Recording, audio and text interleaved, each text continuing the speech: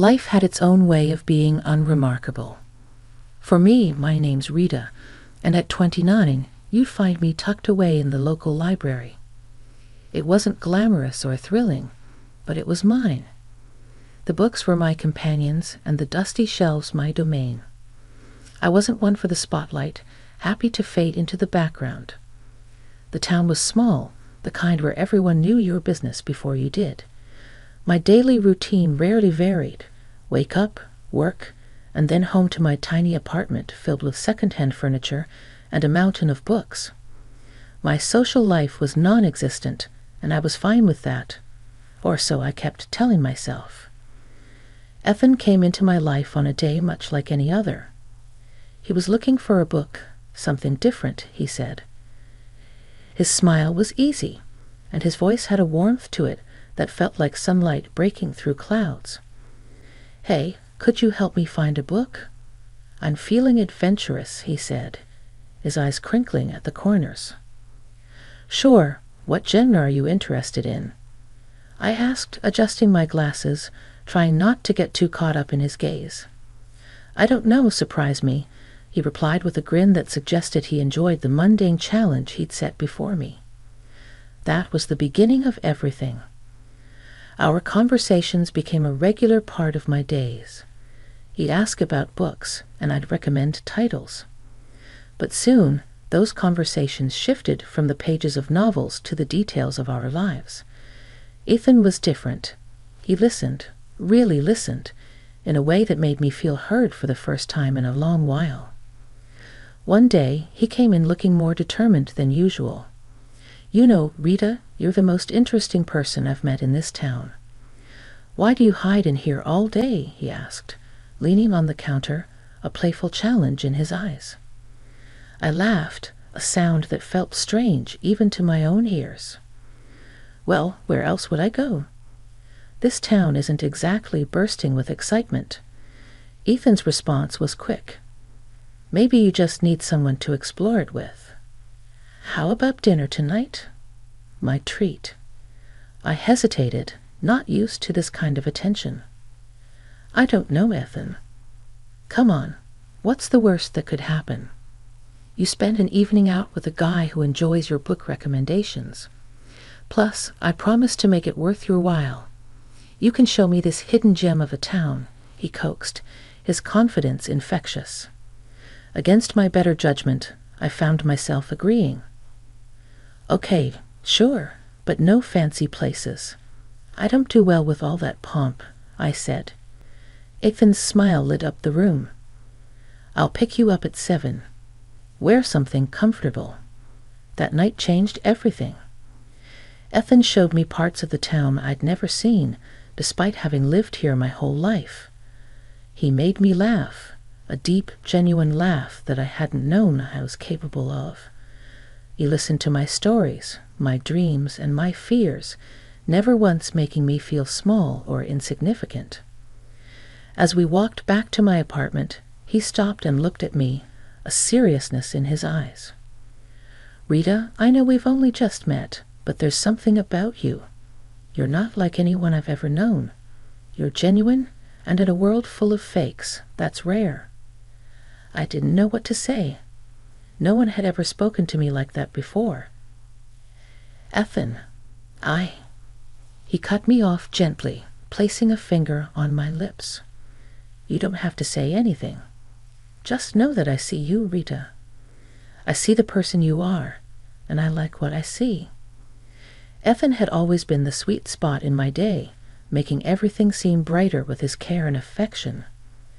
He had this way of making me feel seen, calling me beautiful, kind, and smart, things I hardly believed about myself. It was his warmth that won me over, making the idea of forever seem not just possible but desirable.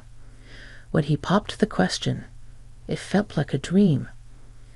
"Marry me, Rita. I can't imagine my life without you," he had said, his eyes shining with sincerity. I didn't hesitate. "Yes," I breathed out, feeling a mix of excitement and disbelief. But before we could get lost in the whirlwind of wedding planning, there was one crucial step we had to take, meeting his parents. Ethan had given me a heads up, a sort of pre-warning. My folks, they have a bit of a high standard for who I bring home. But don't sweat it, okay? They're going to love you once they see how amazing you are, he assured me, though his nonchalance did little to ease my nerves. I was a wreck before the meeting, rummaging through my wardrobe for something that screamed modest yet dignified. It felt like an impossible dress code to crack. Ethan, on the other hand, was the picture of calm, almost disinterested, as if the outcome of this meeting didn't weigh on him at all. "You're overthinking it, Rita. Just wear what you're comfortable in," he said casually, which only frayed my nerves further. The day arrived, and I chose a simple blue dress that I hoped struck the right balance. As we drove to his parents' house, Ethan seemed more preoccupied with the music on the radio than the impending introduction. "You sure they're going to like me?" I asked, seeking some reassurance. They'll come around. Just be yourself," Ethan replied, his attention briefly flitting to me before returning to the road. His laid-back attitude felt jarring compared to the storm of anxiety brewing inside me. Walking up to the door of Ethan's childhood home, my heart was pounding. His earlier warnings echoed in my head, painting a picture of the scrutiny I was about to face. The door swung open, and we were greeted by Ethan's parents, their expressions hard to read. The dinner that followed was a minefield. Ethan's parents grilled me with questions that felt more like an interrogation than casual dinner conversation. "So, Rita, Ethan tells us you work at a library. Do you see yourself doing that long-term?" his father asked, his tone suggesting he found my job lacking. I fumbled for an answer, trying to sound confident. "I love working there. It's fulfilling in a way I can't quite describe," I said, hoping my passion would be enough to win them over. Ethan was strangely quiet throughout, offering little support as I navigated the barrage of questions and veiled criticisms. It felt like I was alone on the battlefield, with Ethan retreating into a role of passive observer. As we drove home, the silence in the car was deafening.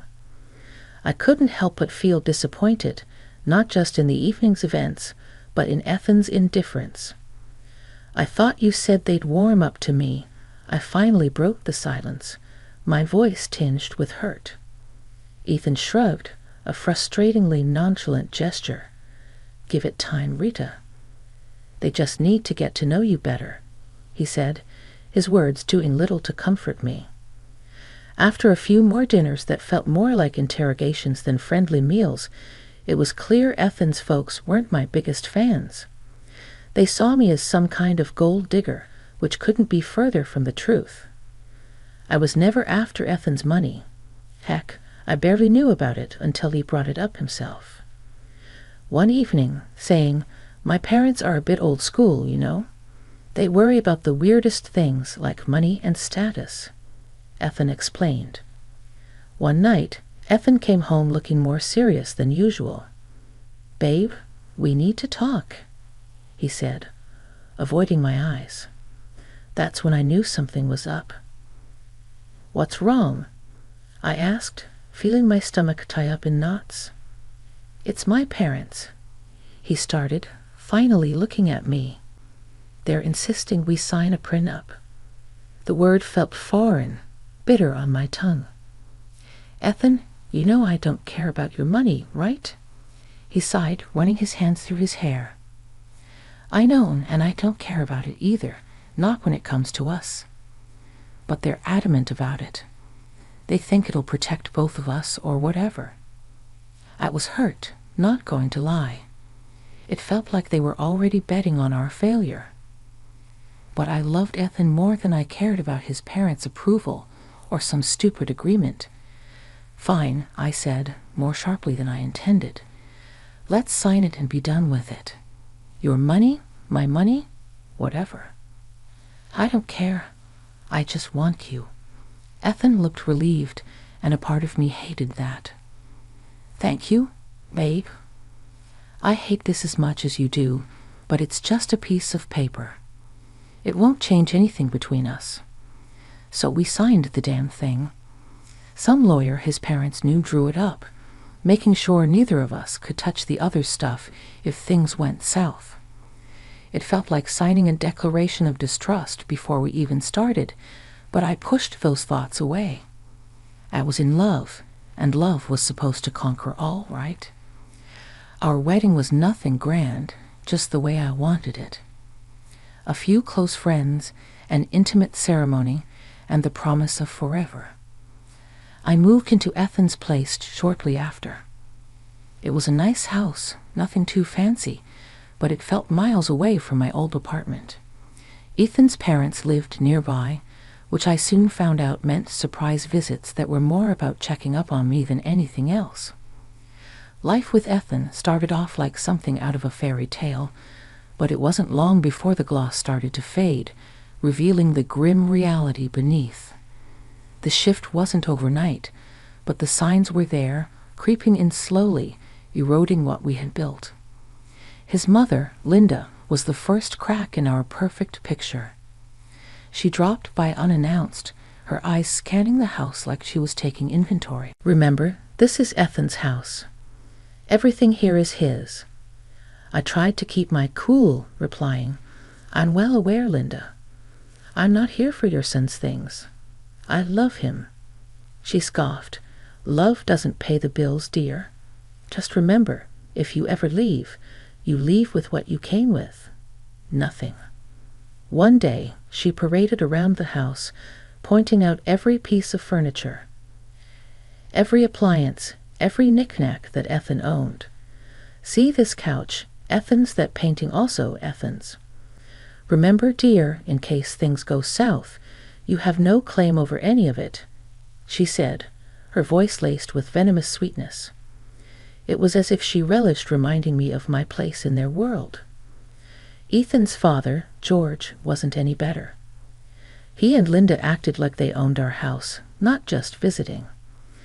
They demand coffee the moment they walked in, critique how I made it, too weak or too strong, then sit in front of the TV, expecting me to wait on them hand and foot.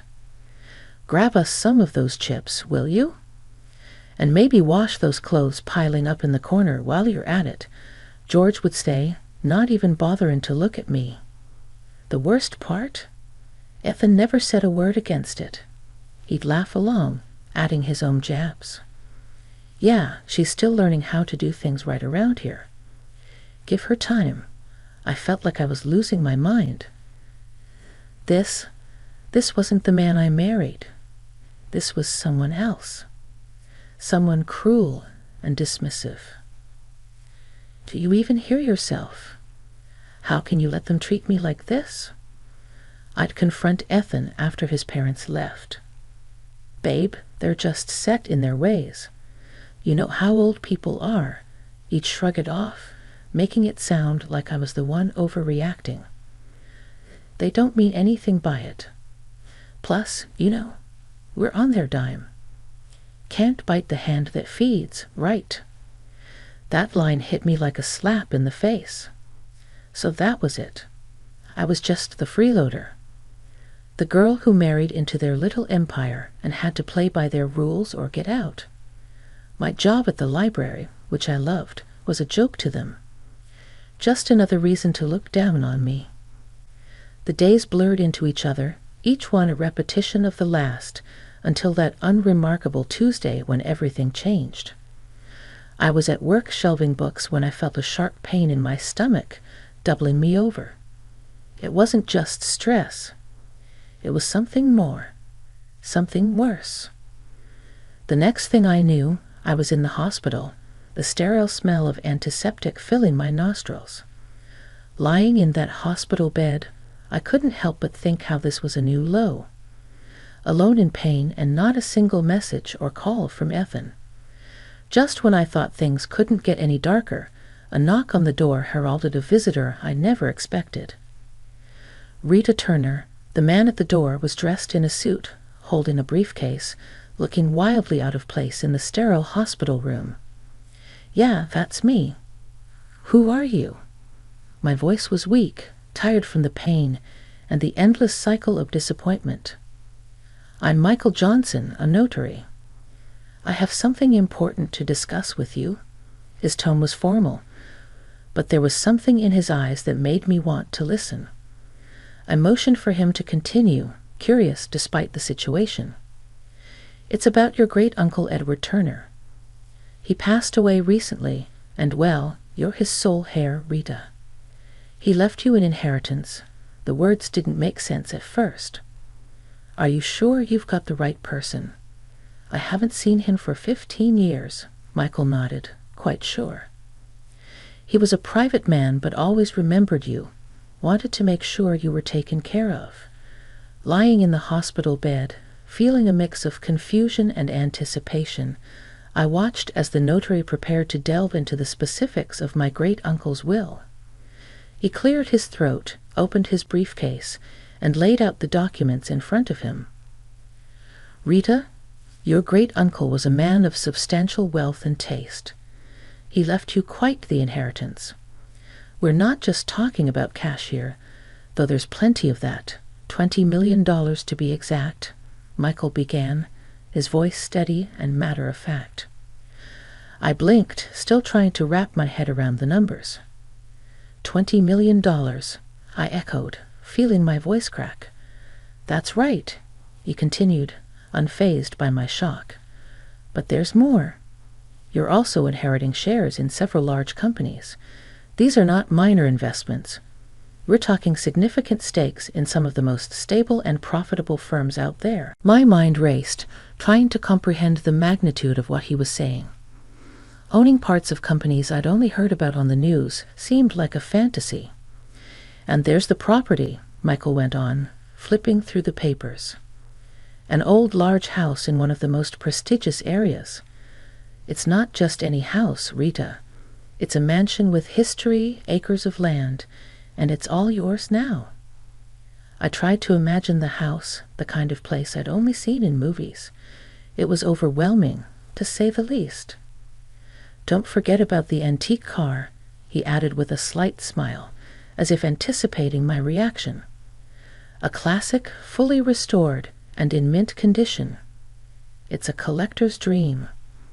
The situation bordered on surreal. An antique car, too. What am I going to do with that? "I barely drive as it is," I chuckled. "Well, it's yours to do with as you please. Maybe take it for a spin now and then. And then there's the furniture and paintings inside the house. Genuine antiques, some of them centuries old. Your great-uncle had an eye for the finer things in life." The room felt smaller, the air thicker, as I tried to digest everything he was saying. "So I've inherited a fortune, a company, a mansion, an antique car, and a collection of art and furniture. That's unbelievable." "It's all yours, Rita. Your great-uncle wanted to make sure you were well taken care of. It seems he saw something special in you." "Special?" I felt anything but, especially lying in a hospital bed after the worst few months of my life. Yet here I was, a millionaire many times over, entrusted with a legacy I didn't know existed. "Thank you, Mr. Johnson. This is a lot to take in. I don't even know where to start," I admitted, feeling a mix of gratitude, disbelief, and an overwhelming sense of responsibility. "We'll take it one step at a time," he assured me. "I'm here to help you through the entire process." As if on cue, my phone buzzed. Ethan's name flashed on the screen for the first time in days. Ignoring it, I turned back to Michael. "What happens now?" "We'll need to process some paperwork, but the inheritance is yours. Your life is about to change, Rita." Change it did. After the unexpected windfall landed in my lap, Ethan and his folks turned a new leaf. Or so it seemed. Their daily hospital visits were like scenes from a sappy movie. Ethan, who couldn't be bothered to check on me before, now hovered constantly, adjusting my blanket with a concerned furrow on his brow. "How are you feeling today, love?" he'd ask, his voice dripping with a sweetness that didn't reach his eyes. His mother, Linda, was even more theatrical, if possible. "Darling, I'm going to cook your favorite lasagna when you get back home." "Just you wait," she said, her smile wide, but not quite reaching her eyes. It was all too much, too sudden. Yet I played along, smiling weakly, thanking them for their care. But suspicion gnawed at me, urging me to look beyond their acts. So one day I did just that. After their routine visit, I mustered the strength to slip out of my bed and follow them. My heart pounded with every step. Hiding behind a corner, I listened in as their true selves unfolded, with no audience to perform for. Their laughter was the first thing I heard, harsh and jarring. "Can you believe how easy it is? She's terribly stupid. She's eating right out of our hands," Ethan said, a chuckle escaping his lips. Linda was more calculating, her voice sharp as she laid out their plan. "Make sure she makes a baby with you, Ethan. Once she does, she won't ever be able to leave us. Then we'll have a real hold on her and her fortune." Their words, cruel and cold, didn't shock me. Disappointment filled me, yes, but surprise. Not in the slightest. They showed their true colors, and I was done painting over them in shades of denial. Silently, I made my way back to my hospital bed, their mocking words fueling a fire within me. They saw me as nothing more than a ticket to wealth, a means to secure their future. But I wasn't going to play their game. Not anymore. Lying in that bed, a plan began to take shape, clear and firm. I was going to turn the tables on Ethan and his conniving family. They underestimated me, saw me as weak, but I was about to show them just how wrong they were. Back at the house after being discharged, I felt like a stranger walking into what was supposed to be my home. Ethan and his parents were there, waiting, their faces painted with fake concern and eagerness. The atmosphere was thick, charged with unspoken tension and expectation. Ethan was the first to break the silence, his voice a blend of faint sweetness and underlying greed. "Babe, you're home. How are you feeling? We've been so worried about you," Ethan said, ignoring the lump in my throat. I met his gaze squarely, seeing the man I once thought I knew. "I'm feeling better, thanks, but we need to talk." "All of us," I said, my voice steady despite the turmoil inside. Linda, ever the actress, stepped forward, her hands clasped together as if in prayer. "Of course, dear. We're here for you, whatever you need. It was now or never." I took a deep breath and laid out my cards. "I'm filing for divorce, Ethan. And before you ask, no, you won't see a dime of my inheritance." The room fell silent, the air sucked out of it as if by a vacuum. Ethan's face paled, his mask slipping to reveal the panic underneath. "Divorce? But why?" "I thought we were happy," he stammered, struggling to find the words. But Linda, always quick, jumped in. "This is nonsense. We've always treated you like family. You're imagining things, dear." Rolling my eyes, I pulled out the prenuptial agreement from my bag, waving it in front of him. This is what saved me. You thought you could play me, but I'm not the knave girl you took me for." George, silent until now, finally spoke, his voice a mix of anger and defeat. "You'll regret this. We're your family." "No, you were never my family. A family doesn't treat one of their own like dirt and then turn sweet when money comes into the picture. I'm done here." Moving into my own place was the breath of fresh air I desperately needed. The apartment was small and cozy, a stark contrast to the life I'd left behind. It wasn't just a new living space, it was my declaration of independence, my fresh start. The phone calls started almost immediately. "Ethan, with his voice dripping with desperation, was the first to break the silence. "Rita, please, you've got to come back. We can work this out. I know we can." His pleas fell on deaf ears. "Ethan, it's over. I'm not coming back. You need to accept that," I said, my voice firm, leaving no room for negotiation. Not long after, Linda chimed in, her tone a toxic mix of anger and guilt-tripping. "Ungrateful. After everything we've done for you, you owe us Rita.